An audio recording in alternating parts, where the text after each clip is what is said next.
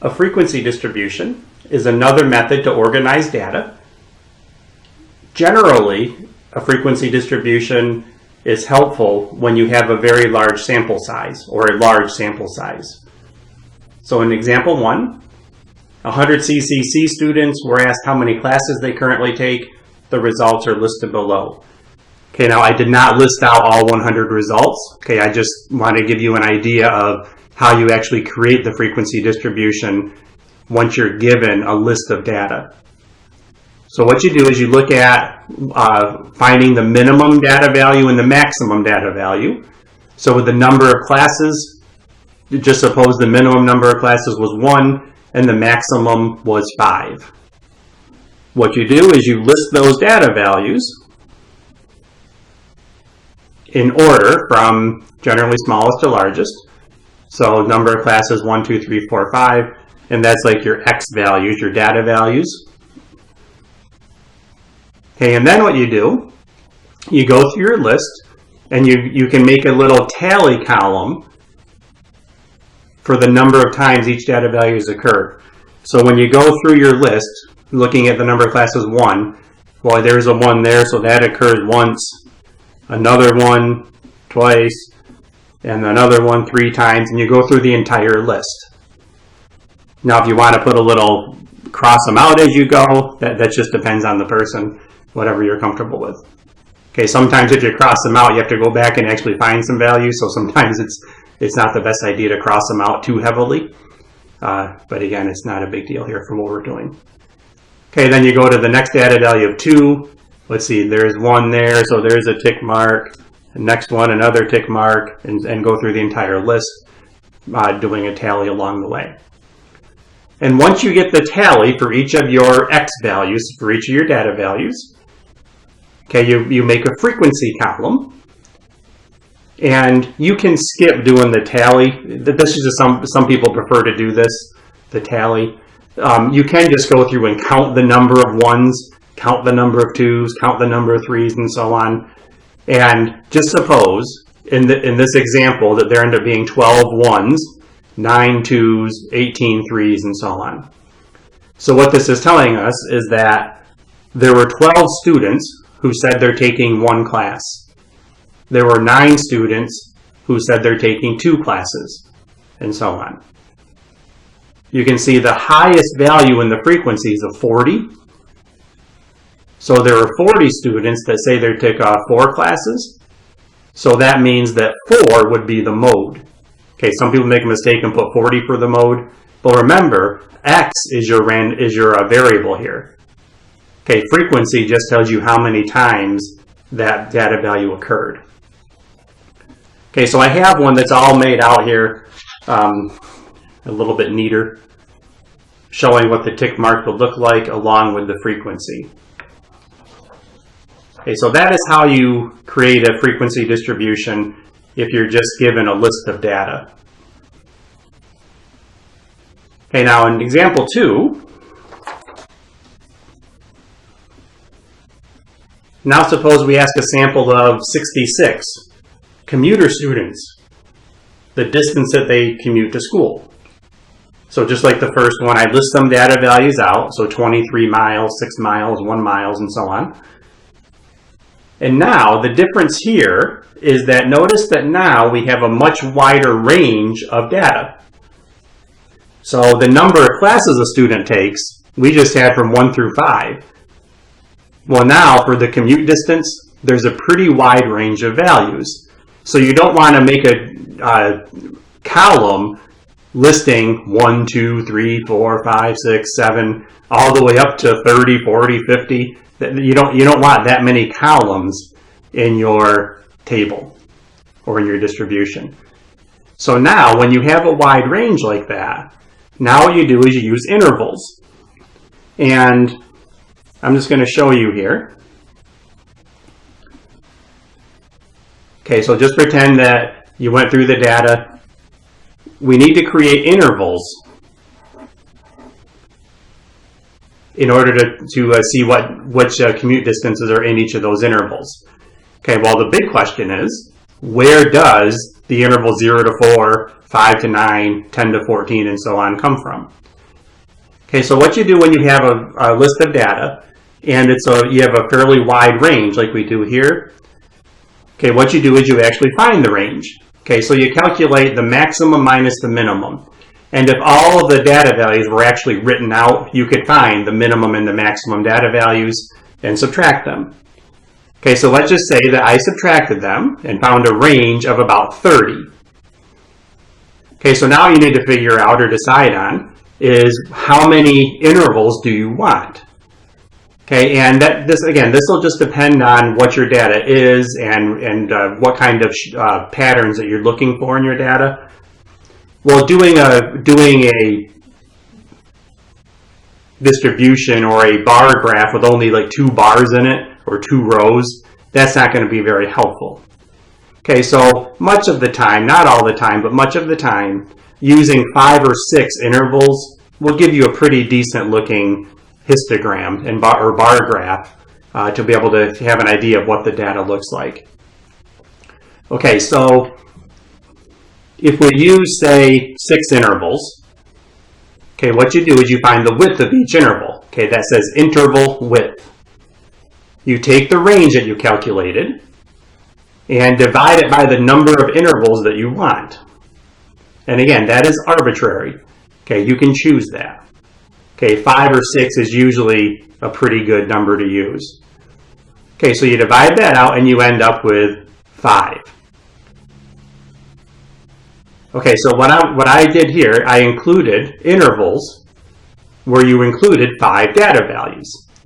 And if you're thinking, well, 0 to 4 is only a difference of 4, well, think about if you were to list those numbers out.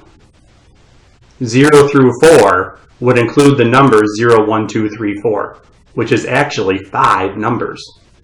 So if somebody traveled 0 miles to get to the college, or if somebody traveled 1 or 2 or 3 or 4, those would all be included in that first interval 0 to 4. 5 to 9, that would include anybody that drove 5, 6, 7, 8, or 9 miles.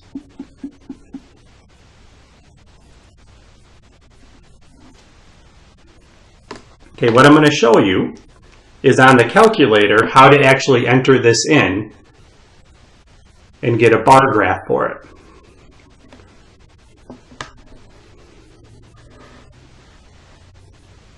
Okay, so you go to your stat. Okay, press edit. Okay, and I already have my values in there. Okay, in list 1, if you just had a list of data, like the number of classes in the first example, you would just actually enter those in list 1, 1, 2, 3, 4, 5. And then the corresponding frequency would go in list 2, the 12, 9, 18, and so on. When you have an interval like this, in the second example, you put the midpoint of the interval. And the way you find a midpoint with 0 to 4 is pretty easy. Halfway between 0 and 4 is 2. Halfway between 5 and 9 is 7, and so on. One way to find a midpoint, though, is to actually add your endpoints and divide by 2. So, for example, by the time we get down to 10 to 14, if you add those, you get 24. Divided by 2 is 12. So 12 is the midpoint of that interval. And notice how the midpoints all go up by 5, which is the width of each interval. Okay, and then you put the frequency that goes with each midpoint into the list 2. And then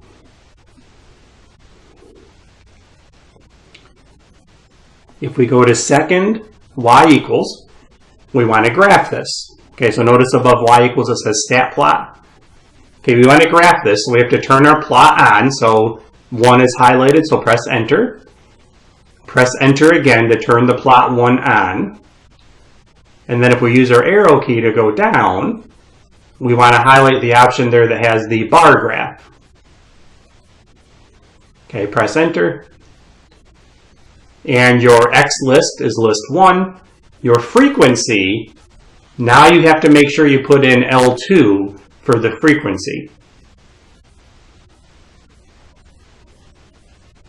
Okay, and then if we press zoom stat, which is option 9, okay, it says zoom stat.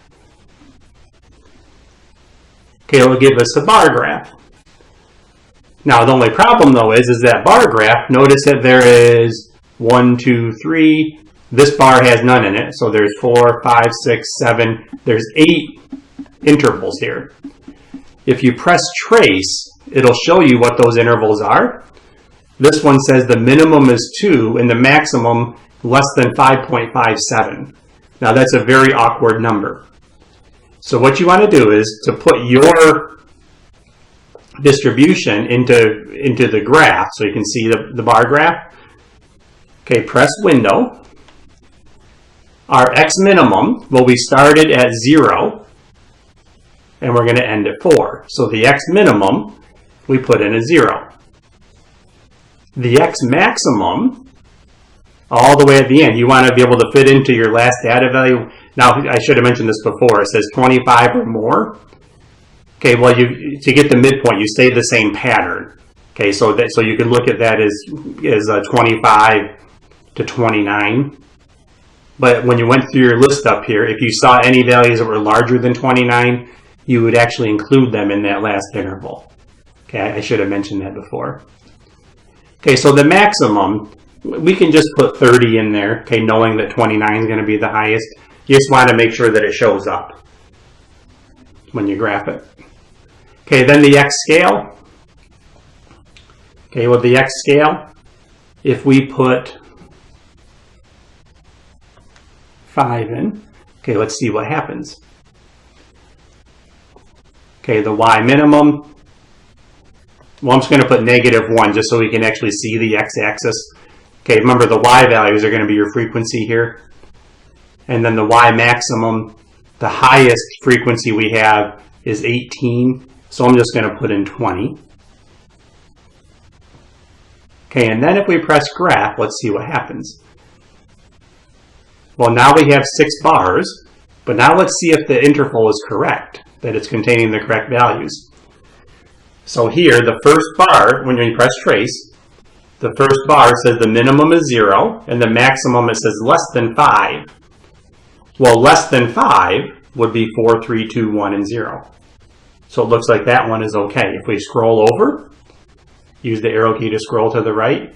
Now it says minimum is 5, so the second bar will have anybody that said 5 miles up to less than 10. So that will be up to and including 9. Okay, and that's what we wanted from that second interval, 5 to 9. Okay, so we can see that the minimum, as you scroll across, the minimum is your left endpoint for each interval. And the maximum, because it says less than 15 on this one, less than 15 means you're at 14. Okay, it's just the way that the calculator shows your intervals. Okay, and the n, okay, so this number over here, the n, that should match up with what your frequency is in each of the bars. Okay, so that one had 8, which matches up. That one had 15. That one had 18 and 15. Okay, so that's how you get your frequency distribution graphed on your calculator.